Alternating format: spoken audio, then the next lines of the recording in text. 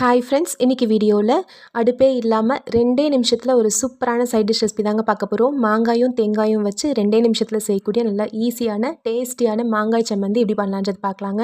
சாதத்துக்கு, இட்லி தோசைக்கு எல்லாத்துக்குமே சூப்பரான ஒரு சைட் டிஷ்ஷாக இருக்கும். கண்டிப்பாக ட்ரை பண்ணி பாருங்கள். இப்போ இந்த மாங்காய் சம்மந்தி செய்கிறதுக்கு கிளிமுக்கு மாங்காய் எடுத்துருக்கேங்க. நீங்கள் எந்த வெரைட்டி மாங்காய் வேணாலும் எடுத்துக்கலாம். நல்லா காயாக இருக்க மாதிரி எடுத்துக்கோங்க. நல்லா கழுவிட்டு மேலே இருக்க தோல் லேசாக வந்து சீவி எடுத்துருங்க.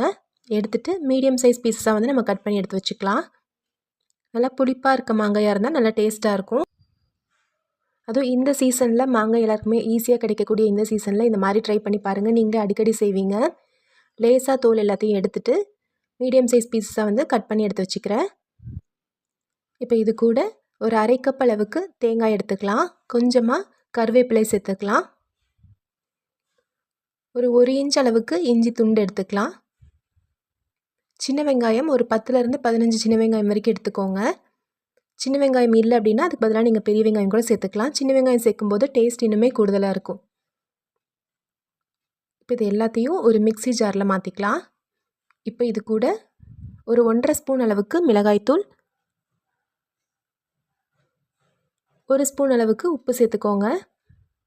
1/2 டீஸ்பூன் அளவுக்கு சீரகம். இது எல்லாத்தையும் தண்ணி எதுவும் சேர்க்காமல் கொரப்பாக அரைச்சி எடுத்துருங்க.